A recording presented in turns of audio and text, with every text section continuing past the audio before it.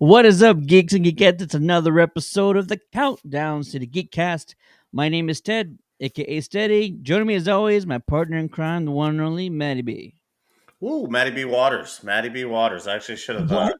changed my What? name to that. Yeah, no. So today we are drinking water. I'm doing a bit of a cleanse every once in a while. It is what it is. But happy to be here and hydrated. I wasn't prepared for you just throwing this curveball in the show here. You should have warned me. I don't know what to do anymore. We'll figure it out, folks. I don't know what to say. Joining us for the first time, we've been working together for quite a while. He's been helping me out on events, and we've been doing interviews and stuff. You checked out his Judith Hogue video out on YouTube. It's one and only Ray, man. What's going on, Ray? What's going on, guys? You can call me Retro Ray because I like everything from cartoons, TV shows, sci-fi. I watch too much TV. As do we all. As do we all. If you're in the chat right now, say what's up. We have a fantastic show for you guys. So much to talk about. And then I added like 10 more things to the list just today because of like all the news that was breaking. So we're going to get into some very short season 3 summary thoughts on his Dark Materials. Hopefully JC joins a little later in the show for that. We're also going to be talking about some Geeky Weekly Headlines. There's a bunch of stuff in the news that we've been meaning to cover. We're going to watch the new Mandalorian trailer, which dropped last night during the Dallas Cowboys beatdown of the Tampa Bay Buccaneers. I can say that because it's like our first playoff win in like a decade or something like that. So Yeah, the sun shines on a dog's ass every once in a while. I'm gonna savor the flavor because it doesn't happen a lot. Okay, I know exactly where my team stands. We also have some interesting tidbits that we want to talk about. We're going to review episode 1 of The Last of Us. That's going to be the topic second in line. But first, today was a huge number of announcements regarding the Mighty Morphin Power Rangers or just Power Rangers in general. So we want to talk about those things. And before we get into that, let me just say that this year is extremely special because it is the Power Rangers 30th anniversary. Yes, folks, if you're like me, you're like, where the hell is the time gone? Yeah, it's been nearly 30 years, almost 30 years. This is the 30th year that the Power Rangers has been around. So plenty of things, plenty of exciting things are happening this year. We're going to be kind of talking about a lot of those things and planning events around it. Legacy of Nerd's going to be all up in that. He's in the chat right now saying, yo! But there was a very interesting trailer that dropped earlier today. So without further ado, I want to watch that right now. Happy 30th anniversary to Power Rangers, and let's check out what that trailer announcement is all about. Sit and action. It's been 28 years since I've been back on the set of Power Rangers. It's kind of crazy to think about that it's been that many years. It's surreal. It's been a great experience. It's very nostalgic.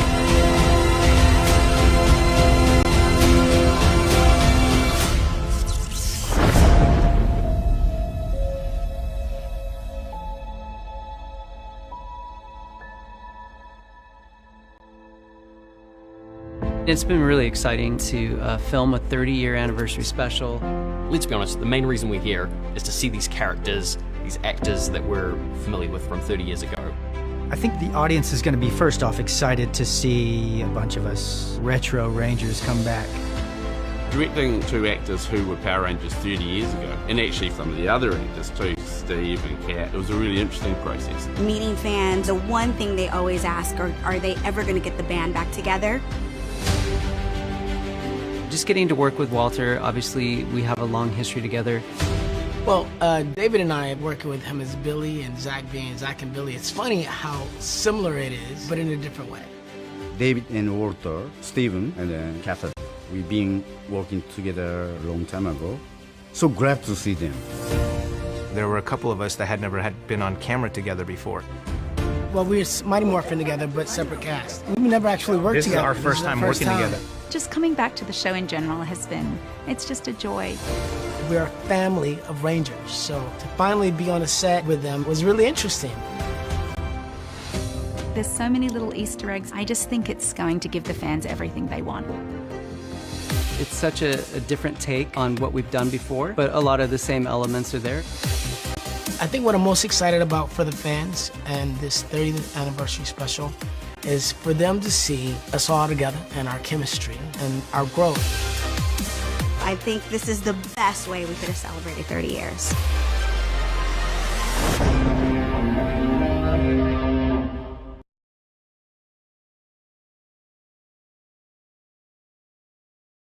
Yeah, you gotta love that. What a teaser trailer. In case you're just joining us, you don't know what's going on. Netflix has announced that a 30th anniversary Power Rangers special is coming and will be streaming on Netflix. It'll be out April 19th, and you got Catherine Sutherland, you got Steve Cardenas, David Yost, and Walter E. Jones all reprising their roles. All the Power Ranger fans are stoked because you're bringing some OGs back. You're seeing them suit up, and there's a lot of questions because they're showing like 6 of the original members in uniform, but we haven't seen Austin St. John and the tragic passing of David last year. So there's a lot of questions on why there's 6 members there, but regardless, it's exciting because it's a Netflix development project. It's gonna be so huge and spectacular, big budget. Hopefully, the choreography is on point and all that stuff. It's gonna be nostalgia filled. Retro Ray, I know you're a huge Power Rangers fan. What are your thoughts on just the trailer alone? And how excited are you for this 30th anniversary special? I am actually very excited. I mean, for the 20th anniversary, I reached out to Steve and we put together a little event that was cool. We came out with little Power Ranger coins, exclusive art prints, these exclusive cool bandanas. Steve has been pretty cool. We've been friends for about 10 years, and I'm really stoked for this. And especially what you got to announce, it's going to be even better.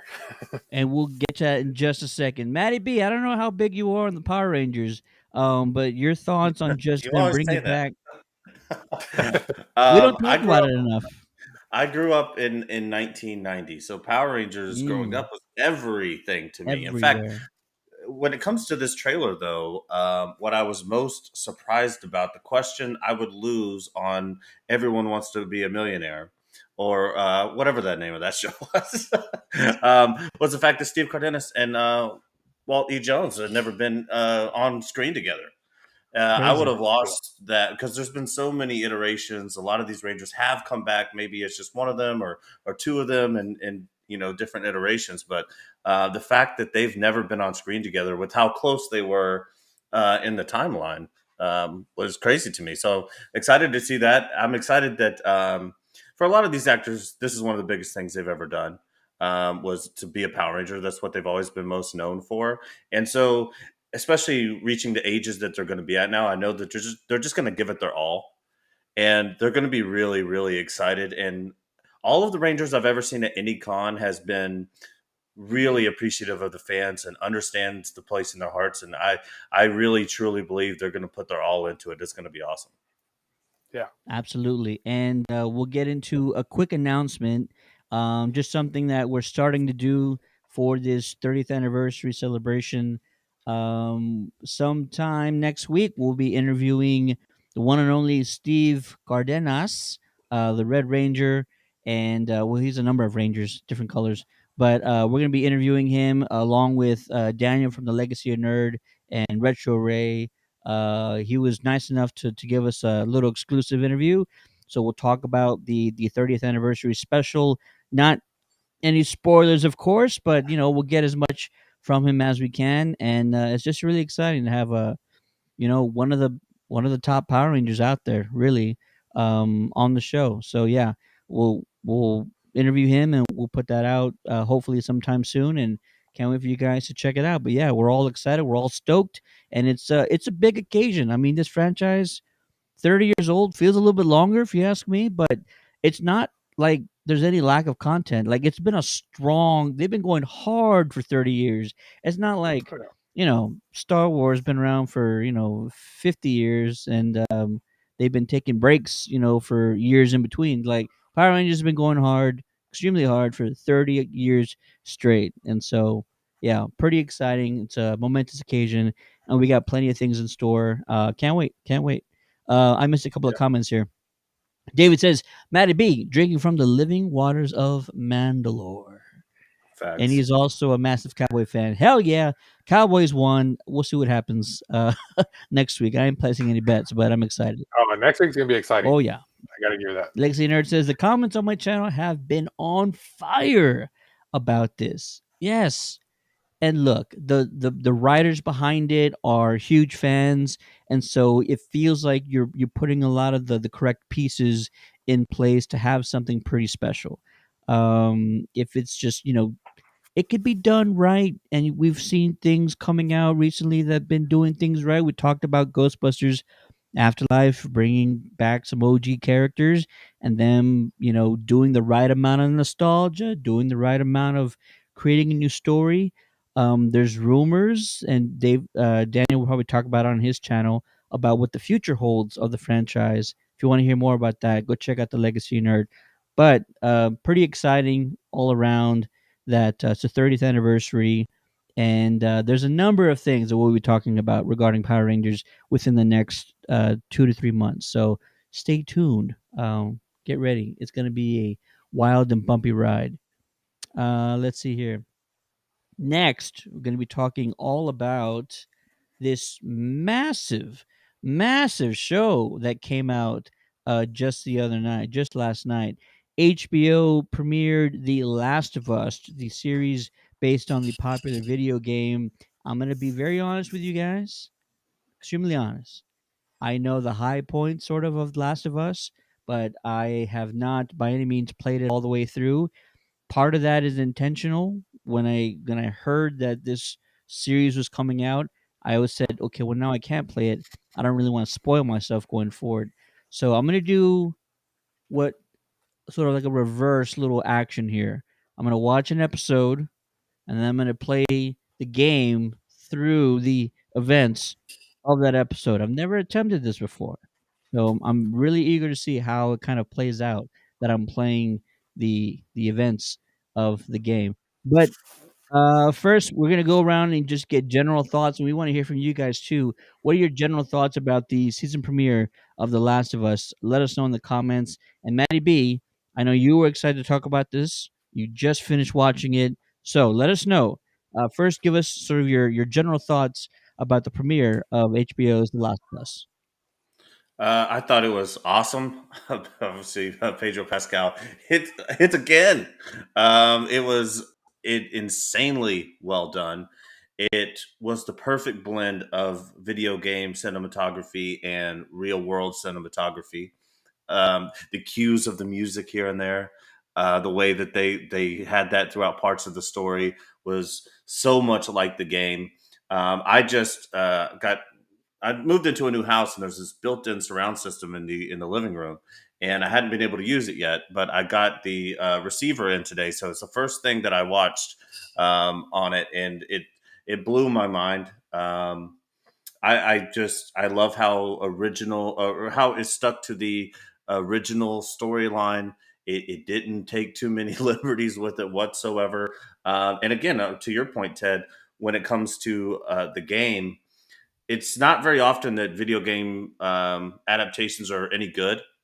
And so the want to go and continue to look at episode 2 or episode 3, like if you really want to, you can just go download this game right now. And if you want to know what happens next, you could literally download it. And I believe in the fact that you're going to have a very close experience with what you saw in episode 1. And if you want to continue the story a little bit, I think that you'll be able to do that as well. It's not very often we get a an opportunity like that. So I'm thinking about taking advantage of that as well, Ted. I think I'm going to give it a download and kind of follow and play along and see how far I can immerse myself into that story. 10 out of 10 first episode for me. I thought it was awesome. Ooh, we didn't even talk about doing potential scores, but I like it. I like where your head's at. Retro Ray, same question, sir. Give us your general thoughts about the premiere episode, and then we'll start getting into the details and all that afterwards. Well, for me, never played the game. So for someone who never played the game, it really caught my eye from when it started, to where it left you hanging. Now, the only thing that questioned with me that popped in my head is, are they going to do what Walking Dead did, where they change things and not go with the story? Are they going to actually go with the full story, even though we know, the gamers know what happens?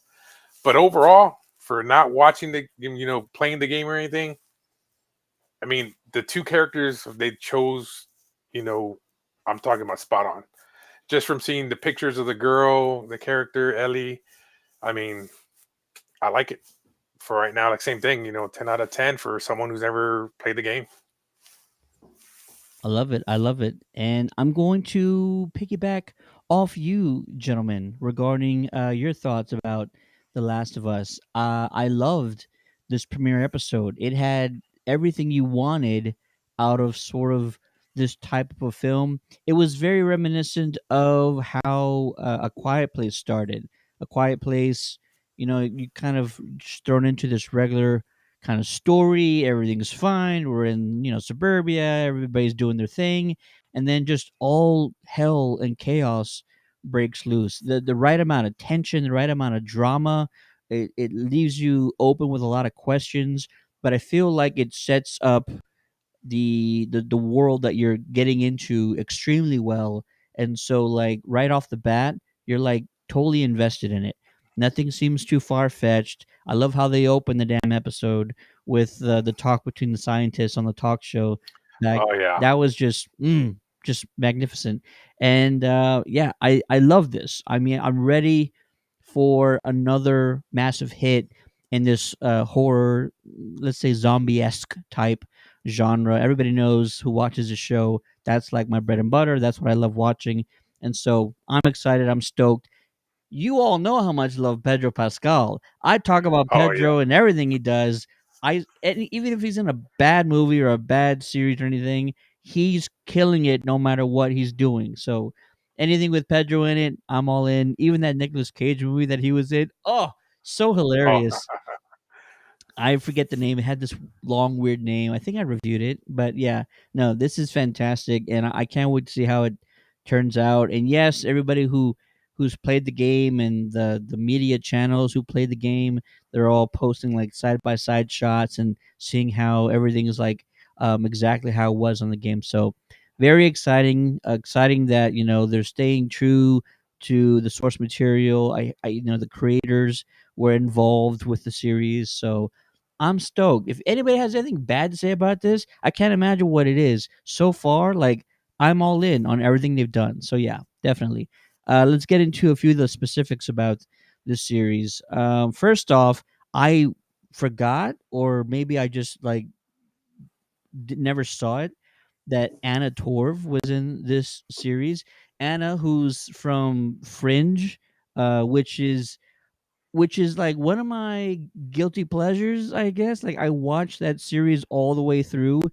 It wasn't great, but it wasn't bad. It was just something that I had to finish because I started it. And so I love Anna from Fringe, and the fact that she's in this show, like, it already boosted, the legitimacy of this series like 10 points. It's just she's fantastic in everything she's done. Pedro's fantastic in everything he's done. Bella Ramsey's in this. Love her from Game of Thrones. So like there's so many great individuals already on screen that I can't feel like they're gonna let me down. I'm so invested in these actors and actresses that I can't wait to see what happens. But I loved how they played everything up. If anybody's wondering, it was based in Austin. Yeah, they actually filmed this in and around Austin. for the first half of the premiere episode, and then after that they went to Canada and used the sound stages or whatever else they did. But yeah, they actually filmed in a few locations around Texas, and so wish it could have been an extra or something like that. I would have totally done that. Other than that, I love how they built the tension with this first episode. Right amount of horror elements, teasing us along the way. Grandma freaking out in the background, that one scene, spectacular. I was just like, this is perfect. I'm good. I'm all in. And I loved it. Maddie B, what are some of the things that really worked for you in this premiere episode? I loved because one here, and I disagree with Ted on zombie movies. I do not like zombie material. I think zombies are incredibly stupid and they don't make any sense at all. But I like this, and I did like The Last of Us. It's one of the zombie things I do really enjoy, and the way that their science works here. I really like. Like you went back to the scientist talking at the beginning of the episode, and the way he explained how the science works, and if the Earth were to heat up, and it wouldn't need like the certain thing, right? Like if they make it make sense, I'm okay with that. So I was already kind of invested there. I loved his relationship with his daughter there. And her little things like her fixing the watch for him, and these sweet little moments, knowing what's about to happen. I love that scene. And then we get into the action where now, they're driving through Texas, they're cutting across, trying to get to the highway. All of a sudden the army's out everywhere. And then of course, we see that, she's injured. And so I think that the way it sets it up for us to meet the new character down the road, and him being sort of gruff with her and not really wanting to build a relationship at all, and knowing how that story is going to unfold as well as he begins to open up and seeing how he can do it. I love that mode of storytelling where it's heartfelt but also action packed and like, you know what I mean? Like that specific concoction of filmmaking and TV show making, I really enjoy. So I don't have a moment that I can pick out I don't like, and I really don't say that often. I could spend the next hour talking about things that I liked. The only thing I don't like is I have to wait till Sunday to watch the second episode. I know, it's so terrible, and this is a big change of pace from all the shows that we've been like trying to quit on because they haven't been so entertaining.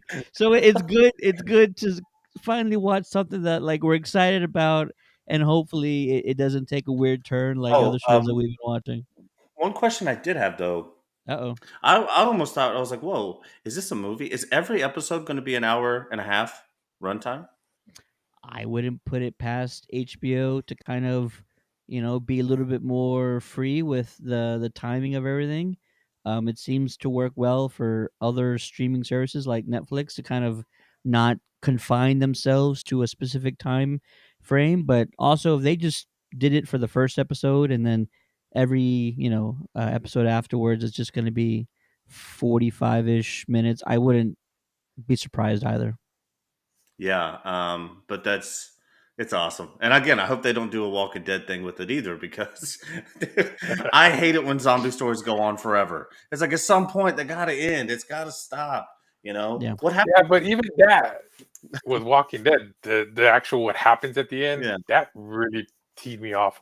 But comic wise, what happens when zombies don't eat is something that always really bothered me about The Walking Dead. But The Last of Us, they kind of solved that for us in the beginning here. The fungus can kind of live forever as long as it doesn't lose its host or lose that temperature. So it's interesting. Anyways, I'm rambling on. I loved it so much. I'm gushing. It's all good. Have any of y'all seen The Happening that Shyamalan made in 2003? Yes.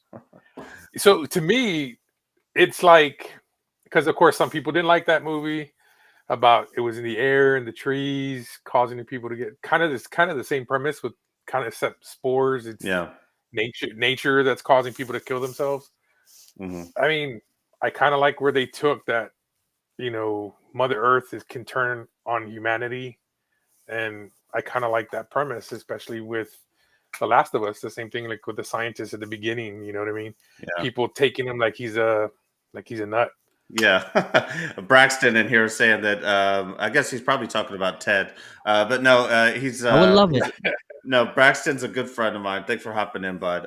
Also, big Mandalorian fan. We'll have to get Braxton on for one of the Mandalorian episodes down the line. But thanks for chiming in, Braxton, and being a dickhead. And shout out to General Kenobi's bunker. Hello there. Awesome. Good to see you, buddy. Let's see here. So everybody knows I'm a dad and I got a daughter, and so that entire middle scene with carrying the daughter because her ankle was kind of sprained, and then spoiler alert if you haven't seen it, just see what we're talking about at the bottom there. It, Pedro's character, Joel losing his daughter halfway through, I was like, oh man, this is gonna be heavy. This is gonna be really heavy. And I'm gonna it does affect me differently. And I'm noticing all these shows and movies that we watch when it starts involving daughters that way, it it it's like a arrow to the heart now these days. So it's weird. It wasn't always like that, but yeah, it's heavy content, and it's really impactful to me now because I got a daughter, and so it's weird, but I'm like kind of putting myself in those shoes a little bit, and it's tough, man. It's real tough. But I loved towards the end of the episode, Joel is now on the run with Ellie, and then immediately when his buddy that he was selling drugs to had them at gunpoint, my first thought was, "Oh crap! It's like 20 years before. It's all happening again." And he has this new response to this. And sure enough, then he has the flashback. I'm like, "Oh my god! I was going through it myself, and now he's going through it on screen." And it was just crazy. And I just love how they set that all up, and you can really tell that like this individual, this character Joel, is going to go through some things. And yes, I know like a ton of people have played the game and they know what to expect and all that stuff, and that's fantastic. I you guys are awesome for playing it, and I should have, but I never had a PlayStation. But I'll get to it some other time. But But speaking I'm of that excited. scene, Ted, that's such a good video game moment. It's like when the guard is there and when he comes around and he's taking a piss. That happens a lot in video games. That's like a subtle. If you're a big video game nerd and you like games like that, the guard taking a piss when they come around and then like fumbling over is such a video game moment. I really loved it. Metal Gear Solid used to do shit like that all the time. Um, but yeah, no. What was your ranking, Ted, out of 10? I know that's not the Geekcast ranking, but just episode 1. I mean, you got Retro Ray here and me giving the princess scores of 10 out of 10. Is yours a little bit more critical? Slightly, but not much. I mean, I'm giving it a 9 only because like I feel like a 10 you really need to build up to something, and like 10 is probably how you land or how it ends, and it's like a perfect ending to a show. But you could have moments in between the beginning and the ending that have those perfect episodes. Breaking Bad had a lot of those. Game of Thrones had a lot of those before the final season, where I would have said that was a 10 out of 10 perfect episode. This one's a 9. Started off extremely well, great performances all the way through. I love what they're setting up. I love what they're building. um I know that there's episodes where they're probably going to go all out, and there's going to be much bigger things at stake and much bigger scenes. Huge price tag on this show. Huge price tag. One of the most expensive shows that HBO has put out, and they've put out a lot of shows. So I just feel like we're in for like a massive thrill ride with The Last of Us. I can't wait to see what happens. General Kenobi says, I haven't seen it yet, but I hear good things. And Joe's in the chat. Hey, ladies, what's going on, Joe? Always with the Val Venus. Hello, ladies. Joe, quickly check out my new proton pack, Joe. Check it out, man. I need to take some better photos of it now that it's all put together and it's all working in working condition now. But yeah, we'll talk more about that later because I'm gonna be wearing the pack this weekend, and with my Ghostbuster team. So we'll talk about that in a little bit. Gentlemen, what else either worked for you and or what didn't work for you? I know that's probably a small list. Maybe it's nothing really that critical, but something you could have used more of. I probably could have used more of Diego Luna. I mean, I know when the second half of the episode, he's on the other side of the country at some point and he's in a little bit of trouble. But Diego Luna's fantastic. He's an incredible actor, and he was another reason why I was excited about the show. Pedro Pascal and Diego Luna, brothers on a zombie TV series. Like, stop it, please! Like, I can't take it anymore. It's so amazing the people they're putting in this show. I'm just stoked. I really am. So I could have used a little bit more Diego Luna. I mean, I maybe just that entire chaos sequence could have been a few minutes longer. I love the cinematography. Anytime you put like a camera in like the cab of the truck and you're just following their point of view and it's just like absolute chaos going around them. It's I'm also all very for video that. game like. Very Very video game video. like. Very video game and very horror like. Just being putting the camera in the point of view of your characters, seeing what they're seeing and going through, I think was just incredible. If you saw the post behind the scenes video, I think it was Bella Ramsey who was saying like, this was all a massive choreographed set they were working in. So she was not acting scared. She was really scared because this was really happening. You had all these extras. Half of them were eating the other half.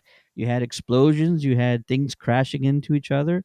So for her, she said like, it wasn't really. Oh no, was it? It wasn't Bella Ramsey. It was the first daughter, Nico Parker. That's one who was saying it. She was saying, I was actually terrified. That wasn't an act. Like it was really scary being in that truck, driving around all this chaos around them. So yeah, kudos to the production team for really going all out. I hope and I bet we're gonna see a lot more of that.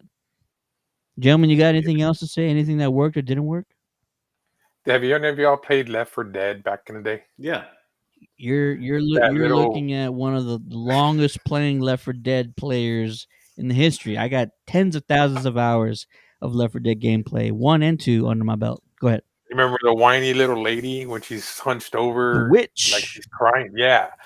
That when the little girl walks into the kitchen and she just looks down and the lady's just munching on that kind of gave me flashbacks. And then you see her, pop up. I'm like, man, that's some pretty cool stuff. And it's Special Absolutely. also, effects on that are pretty good. I believe that was also probably inspired from the first Resident Evil game as well. When you turn that corner and it's the first time you see a Oh zombie. yeah. I think a lot of zombie games do kind of give it a callback to that because it was such an impactful scene. But yeah, it reminded me of both of those as well. That was awesome. We're gonna get off Yeah. on a tangent here. Jamie says, "Still waiting on more Left 4 Dead, brother." Yeah. You and me both. And I'm Uh, actually I've kind of given up because Valve they went all in on their Steam store and they're like, we're making money off of this. We don't need to make games anymore. And I have no idea when they're ever going to come out with an official sequel, right? But he says, what was the one kind of unofficial sequel? Back for Blood. Back for Blood, which is a spiritual sequel. You'll kind of get a kind of a similar gameplay and feel for it, but for whatever reason, like just the style of Left 4 Dead was just something different, Yeah. and it was so fast paced, and it even the sequel that they did, I think Turtle Rock did it. It wasn't completely there. But you could also play games like World War Z, which are 4-player co-op.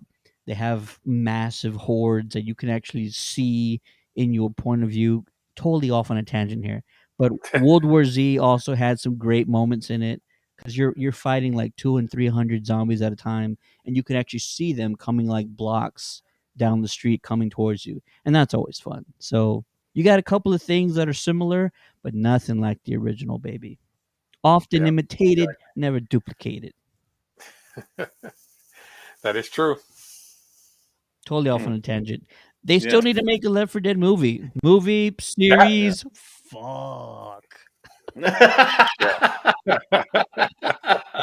You got him started now. We got him started. Well, now that we have the F word, it's officially Geekcast After Dark, baby. Hey. But yeah, no, it was good. I think we've covered it pretty well. Again, the number one thing that I think that we should all be excited about, and anyone watching this and watches us every week should be really excited about, is you actually get to watch us talk about something that we enjoy talking about. And you should see these group chats the past couple of months of how to prepare for the show. But yeah, no, that's good. What's next? We got the Mando trailer. Yeah, we're actually going to get to the Mando trailer next. My son wanted me to say this. He loved the details of the show because even like, Granny, who went apeshit on her daughter and her husband, I forget her name, Sarah, I think it was. Sarah's walking into this house. She's like, hello, is anybody here? And of course, as an audience member, you're like, shut up, why are you talking so loud? Especially in anything horror related. Shut up. Like, clearly this is a bad situation. Why are you yelling? And but my son pointed out, he goes, it's a great little detail. Earlier in the episode, the daughter of the old lady was like, she's like completely deaf. So even as this possessed quotes fungi monster, she couldn't use her hearing or anything like that. So it wasn't a big deal that this little girl was, going in and shouting because she couldn't hear her at all. So fantastic little detail there that my teenage son made sure and made me promise that I would call out. Jamie Hodges says, "Get on it, HBO," talking about the Left 4 Dead series. Oh yeah. Oh yeah. Oh yeah. Awesome. Listen, if you guys are in the chat and you have something you want to talk about regarding the Last of Us premiere, please drop your thoughts in the chat. Let us know how excited you are about future episodes. No spoilers, damn it. I know half you guys have already played the game, but do not ruin it for the rest of us. We are extremely excited, and like Maddie said, it's been a while since we watched a show that we were excited about from start to finish. Even like House of the Dragon, like it had great episodes and then it had some snoozers. So it's cool that we're getting excited all again, and hopefully this is a banger from start to finish. I really think it will be. I really do. Anyways, I agree. We're now going to get into the Mandalorian trailer. Mandalorian season 3. Speaking of things that we're excited about, it's a great time to be alive right now. 2023 is going to be a year. Absolutely. Absolutely. And this was a trailer. Again, I'm going to say one last time, dropped during the football game last night. If you didn't get a chance to check it out, here's your chance right now. We're all going to watch it here together. Maybe the final trailer. I don't know. They might do one more. But regardless, here is the season 3 trailer for The Mandalorian. Make sure you guys can hear it. Let's just get us out the way. Our people are scattered like stars in the galaxy. What are we? What do we stand for?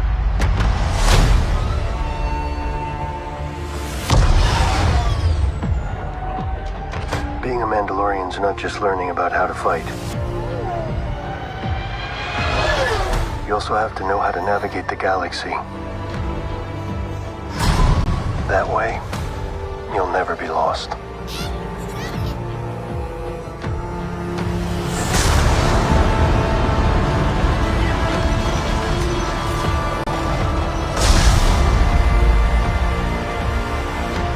to Mandalore so that I may be forgiven for my transgressions. May the Force be with you! This is the way. There's something dangerous happening out there. And by the time it becomes big enough for you to act, it'll be too late.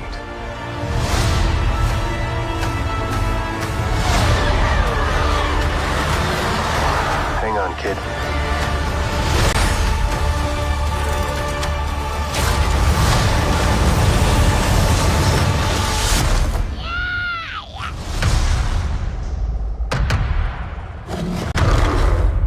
This is the way.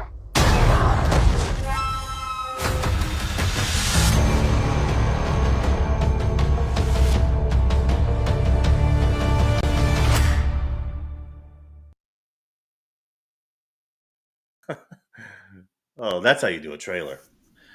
Little baby Grogu ain't messing around this time, baby. That's what I'm saying. No, there's so Legacy many. nerds in the chat saying, Babu Freak. Yeah, it was cool to see that little droid area there too. Of course, he's mentioning Babu, who was in the Rise of Skywalker. So it's a cool little Easter egg there, a character callback. There's so many things in this trailer, Ted.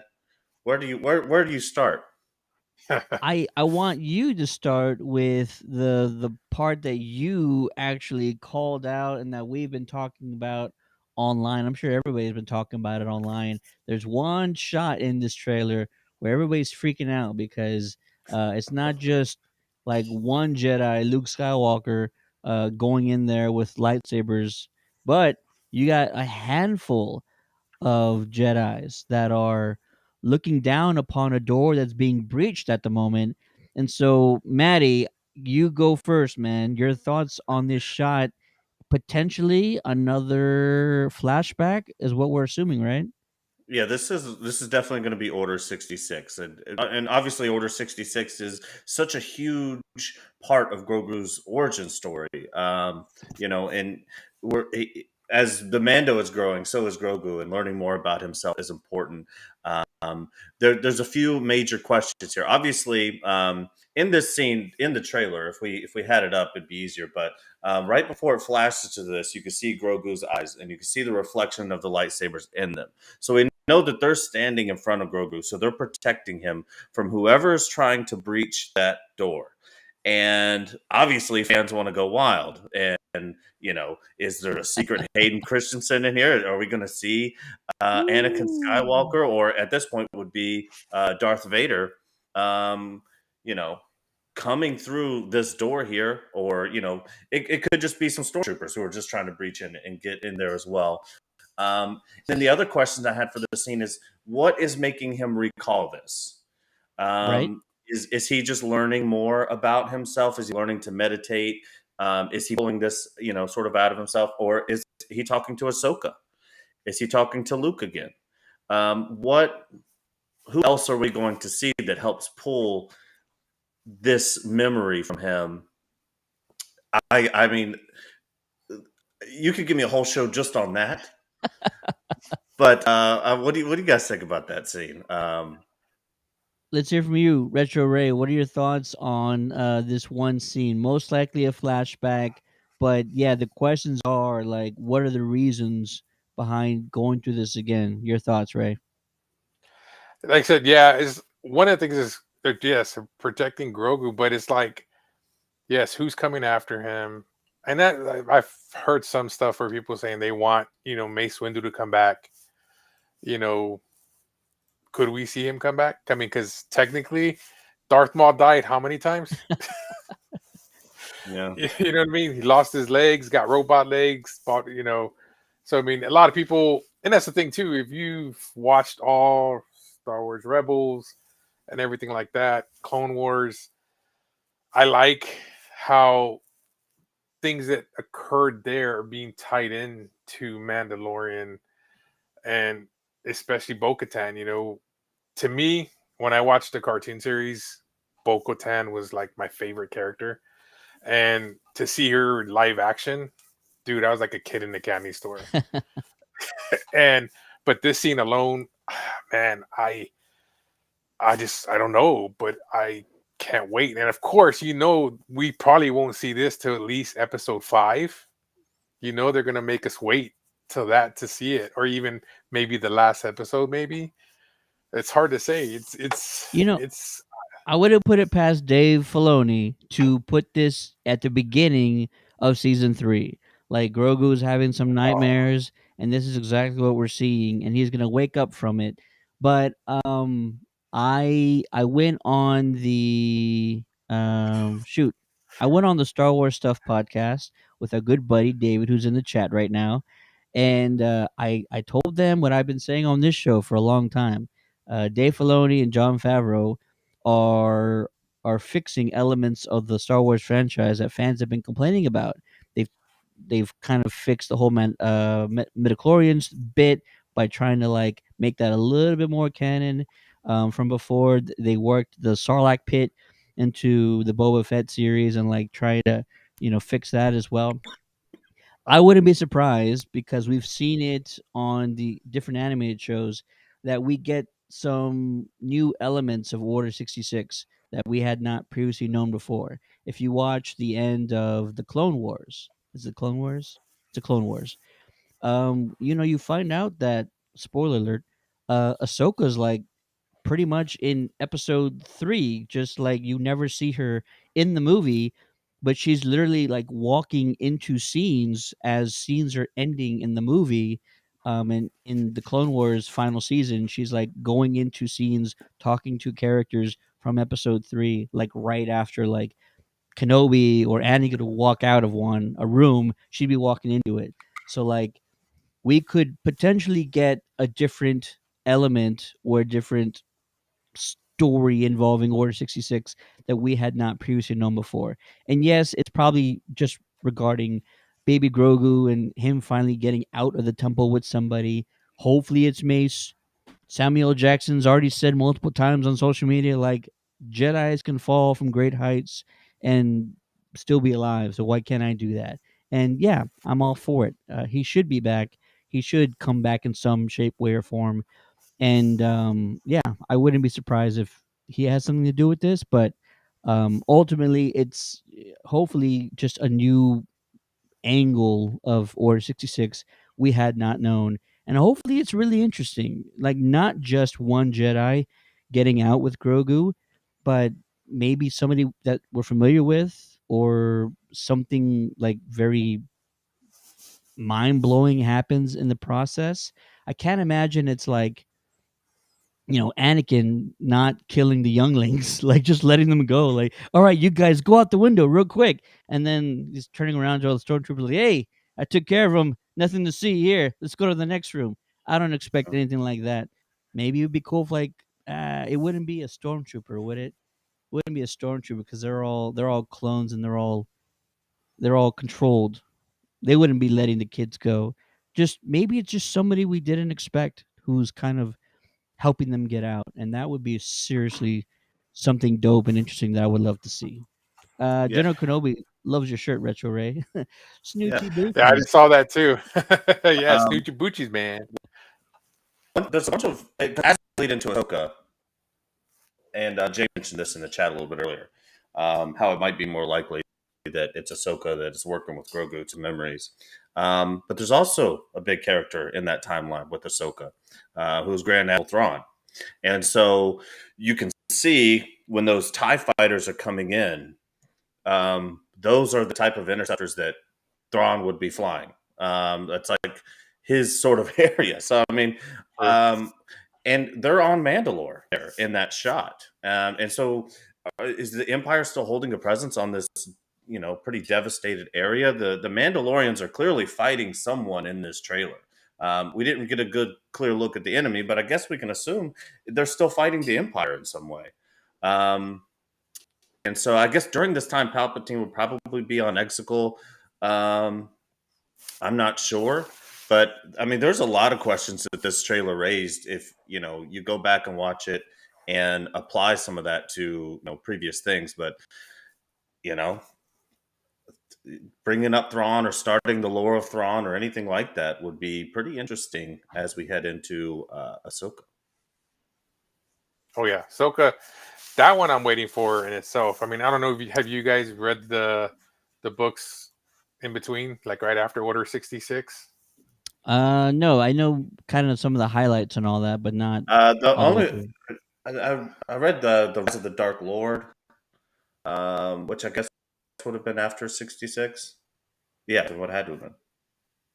Yeah. So the Ahsoka story, oh my god, it's so good. And when when it came out and everything like that, and just seeing little bits and Easter eggs that are being pulled from there and Star Wars Rebels, you know, for me being the Star Wars Rebel fans, a lot of people kind of said it was a kid's cartoon because of the animation, how it was.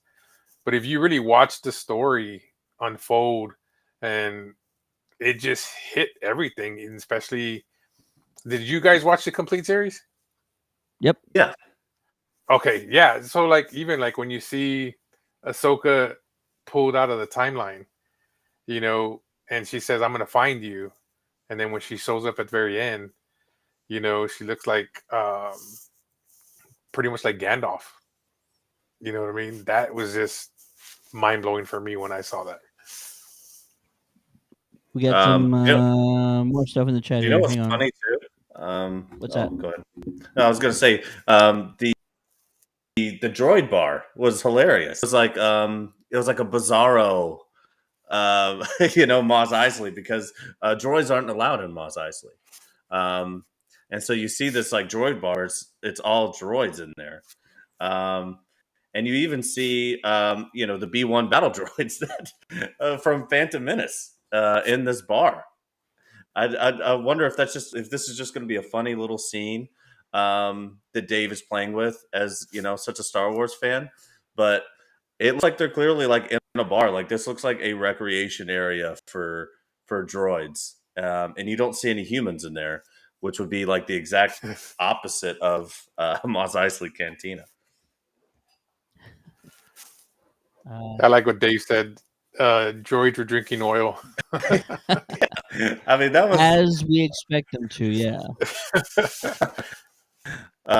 And then, Babu Frick. This might be a really droid heavy thing because Frick was the one who he was a droid smith, right? So yeah, it's interesting. There's a lot of good times in this trailer. It's got me super excited. If you can't tell. Babu Freak. Listen, there's even people hating on Babu when he came out, and I'm like, what are y'all talking about? So this is again Filoni and Favreau fixing the complaints of the galaxy, bringing him in, giving people a second shot at meeting these characters. And I said this on Star Wars Stuff podcast, and I'll say it again: we will eventually get Jar Jar Binks in one of these series for sure. I'm not sure which one, just whatever one makes the most sense. But we will get a comeback of Jar Jar Binks eventually. It needs to happen. It really does. It really does. Yeah, because they really never say what happened to Jar Jar. No, and they need to bring him back because he's one of those characters, kind of like Anakin. I think all the people that hated on Anakin when we saw Hayden in episode 2 for the first time, and then going through episode 3, we're like, oh, his performance was terrible, and the lines of the dialogue were so cringy. But now he came on the Kenobi show, and everybody's singing his praises. So it's just one of those things. Like, you don't know how great something was until you spend some time with it, and all these years later, we can actually appreciate Hayden's performance a little bit more, and we appreciate the prequel trilogy a little bit more because we see how things can go haywire with the sequel trilogy. No matter what you thought about it, it just wasn't a very cohesive movie. But yeah, I'm excited for this, and I said this on this show before. I think that all of these series that they're working on, Ahsoka included, they are going to not separate them, if you will, but expect all these different shows to sort of interweave and intertwine with one another. And I think that's a very unique format of doing things. We saw how they did it with the book of Boba Fett, more of a portion of a much larger book, not just a self-contained story on its own. So let's, as all fans, let's all get on board and get behind this. All of these series, they're not going to be separate. These characters are going to be bouncing in and out of each other's different shows, and they're not individual shows. They're all one big story, and we're just seeing their different points of view throughout. I think we should all probably understand that because it feels like it's what they're doing, and so we'll probably see Ahsoka in here in this show from time to time, and they will make sure and have a good jumping off point to lead into her series. And then we'll probably also see Mando or Grogu going into that one as well, like just making cameos, making sure that you still have that connective tissue between all these shows. And it's good. It's a good thing to do because it's not been done like that before. And so it's exciting and it's something new, and I'm behind it, and I hope all the other fans also think so too. Boba Fett, the book of Boba Fett got crapped on a lot because people were saying like, why are you bringing in Mando? He can't hold his own show. And it's like, no, it's not that. It's that they're so interconnected that we're going to see these characters more often than not. So let's just Two make things sure can we're be all on the true at same once. page. Sid. Two things can be true at once. Okay. I'm just letting you know. I'm letting you know. So with you guys, do y'all wonder who saved Mando? Does that like when you see him and there's a kid and he gets pulled out, you just see someone pull him out, but we don't know who it is. What it is a Mandalorian, right? Like we do see the helmet. Yeah, but we don't. I mean, it's like, but who could it be that could have saved him? That's one thing that's always like when I see the show. That's the thing that's always wondering. Like, I'm trying to figure out like who could have saved him. You know, from because mind you, you can look at it. The Mandalorian clans. There were so many clans at that point. Which clan member is the one that actually saved him? You know what I mean? So it's going to be interesting. Like he's saying, he's from what I'm taking from what I've seen so far, that he's going to be looking for more Mandalorians that are out there, not just, you know what I mean, in the galaxy. Kind of like find all the Mandalorians, kind of. Yeah, well, he's the rightful leader of Mandalore because he got the dark saber in combat, so it's basically his duty now. And I think what we're seeing in this, which is so cool about how this character has developed over time. He was sort of a lone gunslinger, a cowboy. Yeah. He didn't, really want anything to do with his life. Grogu kind of softened him up. He comes across now much more as wanting to step into that leadership role, finding all these different Mandalorians, and sort of it seems almost like it's his fate to do so. But he has to make up for the fact that the transgressions that he speaks of. I think it's really just that he took his helmet off, which is obviously not the way. So, I'm really, really excited to see that, and the way that Filoni has and Favreau have sort of, molded this character and changed him slowly over this amount of time, I think is masterful. March can't come soon enough, I don't think. Oh yeah, no, it definitely can't. The one thing that too gets me is that are they going to throw it down between Bo-Katan and him? Are they actually going to fight over the saber? They have to. She's got to at least try. She's got to at least try. It wouldn't make sense for her character to just roll over. But it seems as if it's Din Djarin's fate, and so we know how Star Wars go. Whatever someone's destined to be is usually what they turned out to be. Yeah, that's true. I'm gonna get caught up in some of these comments here. Jamie says, "I'd bet on more Ahsoka as we work towards her series." Absolutely. David says, "Just like the Kenobi series, start with the season with Order 66 with a bunch of action, a different point of view." Yes, absolutely, absolutely.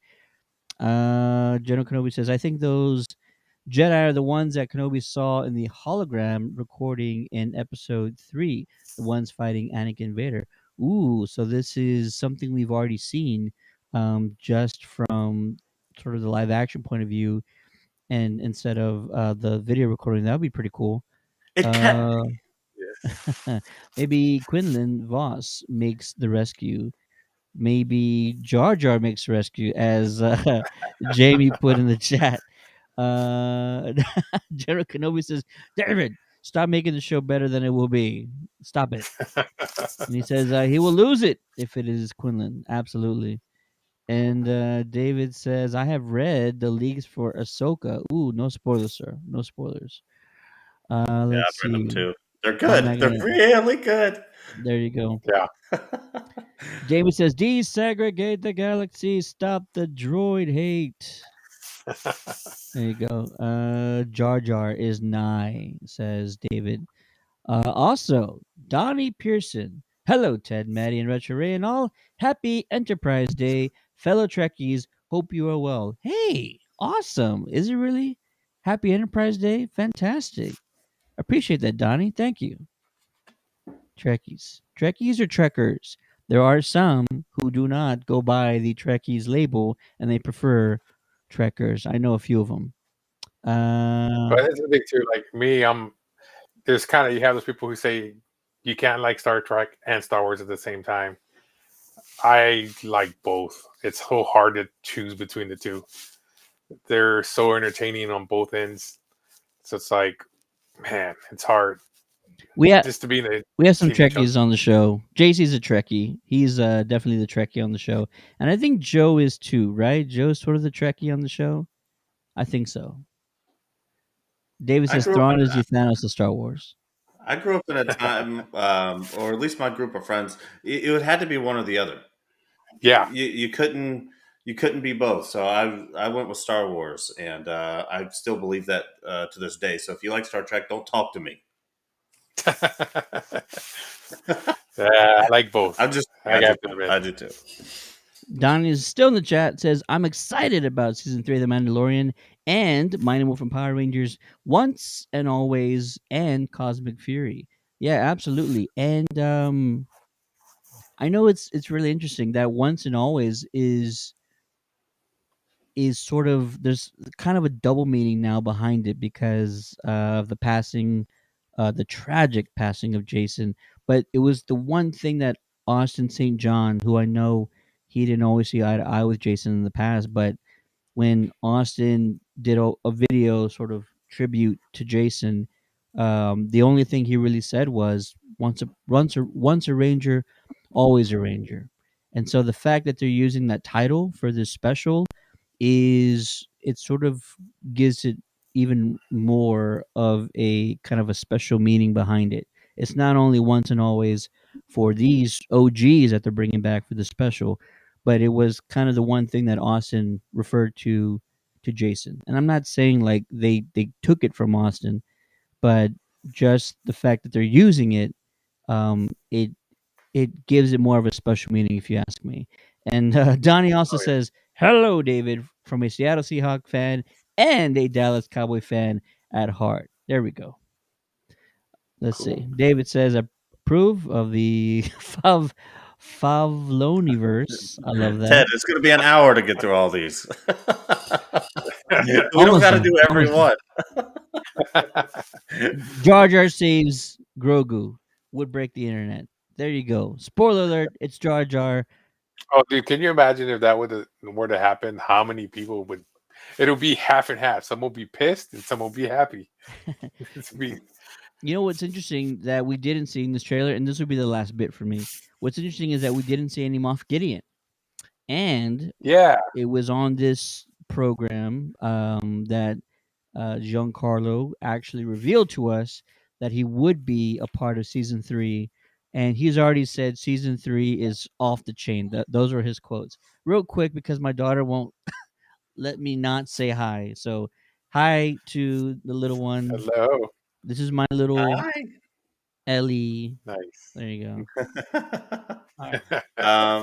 But yeah, it's also odd because at the beginning of Monday Night Football, Giancarlo kicked it off.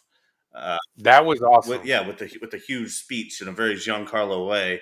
But no, he definitely confirmed on stage at the Superhero Car Show and Comic-Con. I was right there next to him, and Ted was sitting next to him when he said very much so, and actually went in depth about him being in season 3. So that seems odd.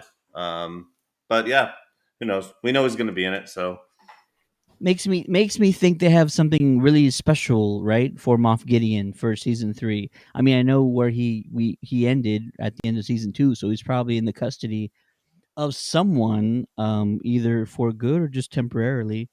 But I think they have something really special for him. I mean, if you don't bring any other big bad that is in the Star Wars universe, then Moff Gideon is still your guy for the time being. So I think they're trying to make people wonder because not every Mando fan in the world watches every interview and reads every article. You know what I mean? So I would yeah, say the smaller contingent of people are that in depth with knowledge of those things. So they're probably just trying to make you wonder who the big bad is. That's why we saw the Empire ships, we see the Mandalorians fighting, but it didn't show us a villain at all. I don't think, other than the no, ships.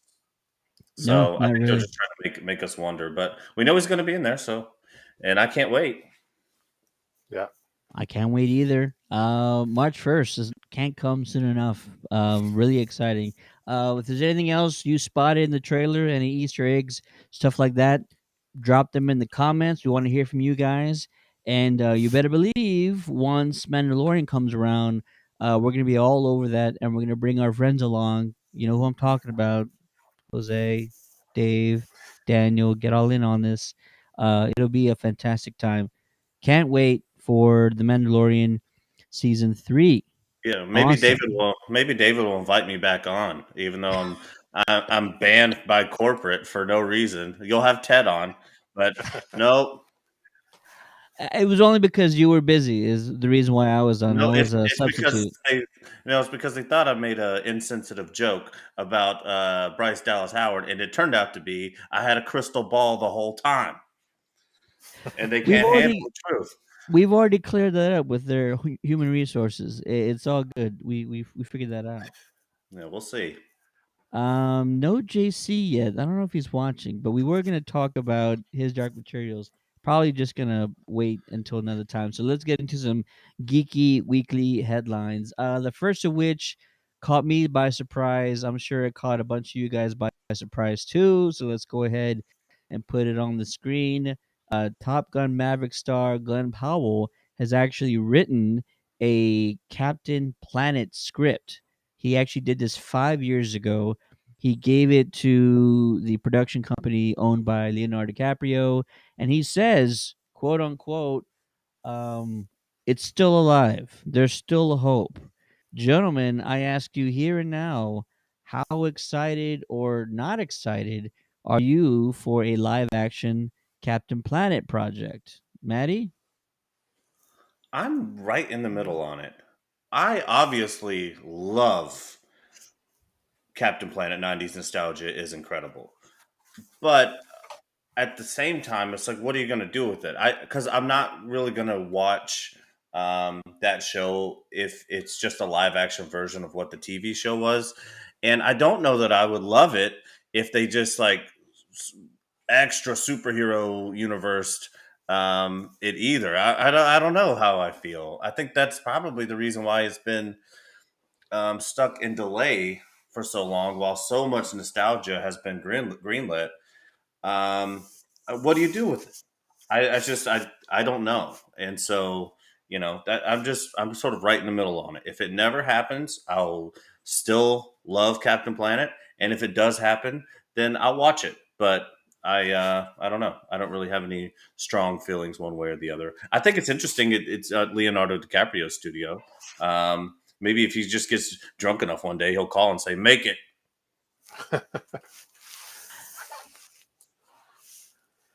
My daughter's running in circles over here. I know who does have all the answers. Retro Ray. Retro Ray, drop some heat on us. What are your thoughts on the Captain Planet project?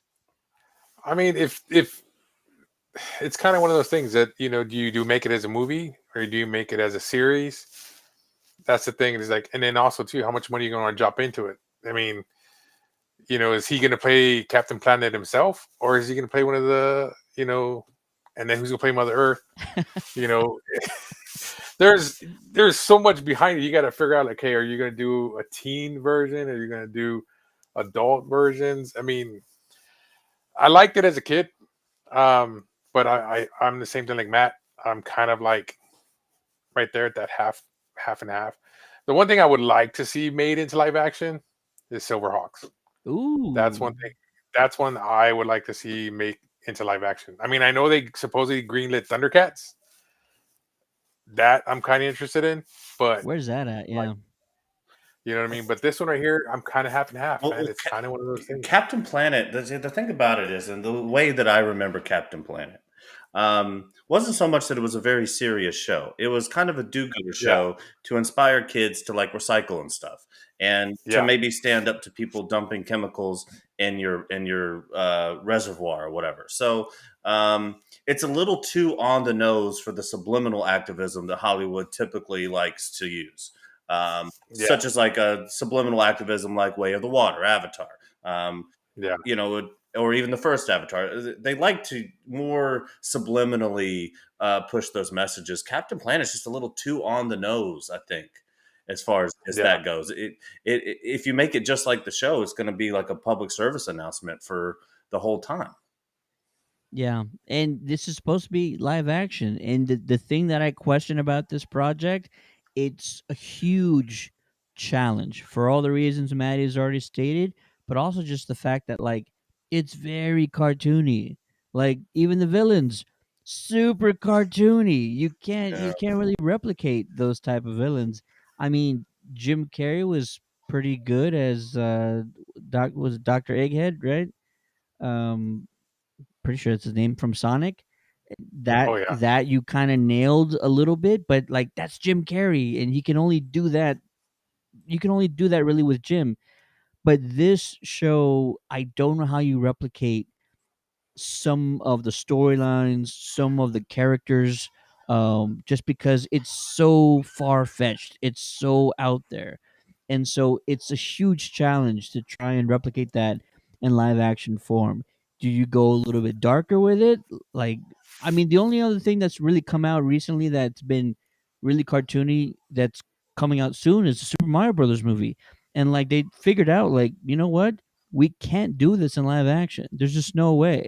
So now they're going to this computer animation, and that might be a better solution for this type of a project. Now, if they did that, I can see that. I Yeah. can if they do it like Mario, that type of effects, I can maybe see it. That just might be an easier way to go, because I don't know how you pull this off going to live action. It's a great like goal and to have, but I feel like it's just so difficult. You're walking a fine line with these characters and the premise and the villains I've already mentioned, and like Maddie said, just the entire plot, stopping pollution. I mean, very heavy-handed, and also just very realistic. Like we all know there's companies dumping all kinds of crap in the oceans and lakes and rivers and everything else, and just there's so many things you can do with this, but it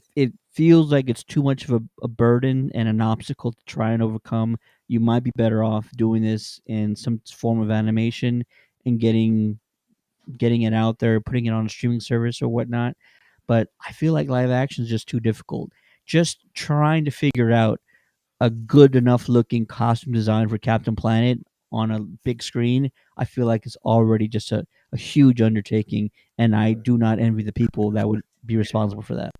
If you're gonna go back to this era of my childhood and do something live action, give me the Magic School Bus, okay? Hey, and then you could do your fun little learning lessons in each episode. But I don't know. I don't know if anybody really needs this. It seems like it's a passion project for this guy. And follow your passions, big guy. If maybe in his head, if he were to be on here, he might explain it in a way that we're like, damn, dude, yeah. I'm just, I just don't know where you could go with it, and maybe my imagination just isn't quite as good. If anybody else in the chat thinks they have an idea, throw it in there. But yeah, that's where Please I'm at do. on that. No, I agree. Let's see here. David says Leonardo DiCaprio owns the rights to something. I heard. Yes. Colin actually gave the script to his company. Donnie says, "I'm looking forward to the live action Captain Planet movie. I love the animated show. I would be all there and all for it if they can pull it off. I just feel like it's too big of a challenge." Legacy Nurse says, "I mean, Happy Feet was very in your face activism. Yeah, but it was also like overshadowed by like talking dancing penguins." And so like it's not as severe. And also that's aimed at a very young age, right? Talking, dancing, singing penguins is aimed at extremely young age. And so you can kind of get away with that. But you What do you start mean? You doing never saw Billy Madison? Come on. all I mean to say is like you try to do a superhero movie about activism. Again, it's just like you're missing your target audience really with all that heavy-handedness of what's the referencing and the plots of the movie. So yeah, it could be just an extremely challenging project altogether. Up next, something that kind of caught my eye, dropping at the end of this month, January 31st. Check out the Spotify original Harley Quinn scripted podcast. Harley Quinn and the Joker, Sound Minds, got a great cast behind it. I haven't got into any of these scripted podcasts. I know there was a Batman one that came out last year that I never Apparently, it's supposed to be great, and I haven't either. I heard good things about it, and I still need to get into it. So if you haven't already heard, go check out the Batman one. I forget the name of it. But January 31st, the Harley Quinn and the Joker. That one was pretty good. The Batman one was pretty good. I did listen to it. It was a good series. I'm actually looking forward to this one. One thing about my job, sometimes I'm driving from San Antonio to Corpus, and I don't listen to any radio or anything like that. So I just listen to a bunch of podcasts. And I did pick up the Batman. It was actually pretty good. I was pretty impressed. It's a different spin, but it's definitely good. And I'm really interested to see what this one's going to give us. You know, especially with Ricci playing Harley Quinn. Yeah. Shouts out to Christina Ricci. Woo! Awesome. If anybody in the chat has checked out the Batman one, let us know how it was. Okay, Ted. I think we got to wrap it up. Let's have some daddy daughter time. I think we got through most of it. She loves when we're doing the show. She Yeah. comes around all the time when we're doing the show. It's because we're best friends. Last bit of news, and I was actually hoping JC was going to be on the show when I announced this. The final season of the rebooted Animaniacs premieres February 17th on the Hulu streaming service. We actually went back and we reviewed season 1. We talked about all the episodes. Had a good buddy of mine join us for that episode. And Johnny Graves was on that show, and it's heartbreaking. They did a fantastic job. If you haven't seen it, go check it out. It's still smart and quippy and hilarious, and there's just so many other things that they're able to talk about these days. So it's the content is sort of upgraded a little bit because they're not holding anything back. Everything's a target, and it's just so damn fun. So it's great they brought it back, and also kind of a little disappointing that it's ending so soon. But I'm just glad that we got something. Have you either one of you guys checked it out yet? Oh yeah, Oh, yeah. I watched. Oh yeah, I definitely checked it out. I'm a big Pinky and the Brain guy. I love Pinky and the Brain. But Yeah, yeah, I definitely checked it out. But I'm not crying that it's gone either. I mean, Why are you making fun of me, man? I mean, I'm not just crying over here like Ted, but no, it was a good show, and Steven Spielberg was that did that, right? Yeah, Or am I produced it. wrong? Yeah. Nope, you're right. So good old Spielberg hit us with some good nostalgia, and yeah. But I'll probably check it out if it's the last season. They probably won't do any more Animaniac stuff for a long time. Well, cool thing is Rob Paulson's going to be in New Braunfels this weekend at the convention up there, the Retromania. Man, I don't know Yeah, if so he'll be JC up knows there. about that. Yeah, so I don't know. I'm hoping I'm going to try to hit I'm gonna try to swing by there and talk to Rob and see if we can try to get him for an interview possibly, because that would be awesome, especially with his Talking Tunes that he does podcasts as well. So I mean, if we can get him to talk about doing the last season, would be pretty cool. That'd be awesome. Sort of final headline for us before we get out of here. The Superhero Comic-Con and Car Show is still going down July 4th weekend, and they've already announced a handful of guests, the last of which was Felicia Day, who will be there Friday and Saturday, July 7th and July 8th. She's from Supernatural. She was most recently on Mystery Science Theater 3000, the reboot, the return, I think is what they called it. She was fantastic. So if you're a huge fan of Felicia, go ahead and go to pmxevents.com. Get your tickets when they're on sale. I don't know if they still are or how much longer they will be on sale, but you will not be disappointed with this event. They've already partnered with Ace Comic Con, so expect one of the biggest conventions in the country to go down in the Lone Star State in San Antonio, Texas. Superhero Comic Con and car shows. We found our Miss Frizzle. Perfect. She's perfect. Perfect. But no, yeah, Superhero Car Show and Comic Con. I can't wait. I'm in Houston now, but I will be back for that as well. So any of you guys who want to meet up, and I'll buy you a beer. Nice. Woo! Yeah. Legacy. Yeah, Ace Comic Con. Ace Comic Con is huge. Mm-hmm. Well, Ace is huge, yeah. It can't be much better than it was last year, but it's been promised to us by Bob himself that it will be. I mean, the lineup last year was absolutely insane. It had one of the best lineups in the country for all of the fest. So I'm excited to hear about some of the bigger ones that'll be coming, but you can't guarantee those until later with production schedules and everything. So each one that gets added, I get more and more excited though. So yeah. Ace, they had a couple of years back, they had pretty much all three, Wonder Woman, Henry Cavill. They were all up, and I think, what was it? I'm not too sure, it was Philadelphia or somewhere in there, but it was up north where it was snowed. A buddy of mine went down there just to meet Wonder Woman and get her autograph. But yeah, they put a good show together. They put a great show, and now those two forces are combining to put together a banger of a convention, and it's always well run, well organized. They always think about the attendees first, low prices on food, refillable popcorn buckets of your favorite. Oh yeah, the popcorn buckets are nice, huge, massive, and it's gonna be another incredible show. Multiple stages, multiple panel stages, and a huge number of guests are going to be announced between now and July. So do not wait. Like I'm warning you now, do not wait. If the tickets are still on sale, you want to get them now, and just prepare yourself for like what's going to be a fantastic event, one of the best in the country. Superhero Comic Con and Car Show. That's going to do it for this episode of the Geekcast. Thanks for everybody for watching. Be sure to like and subscribe as we continue our Last of Us discussion series every Monday going forward.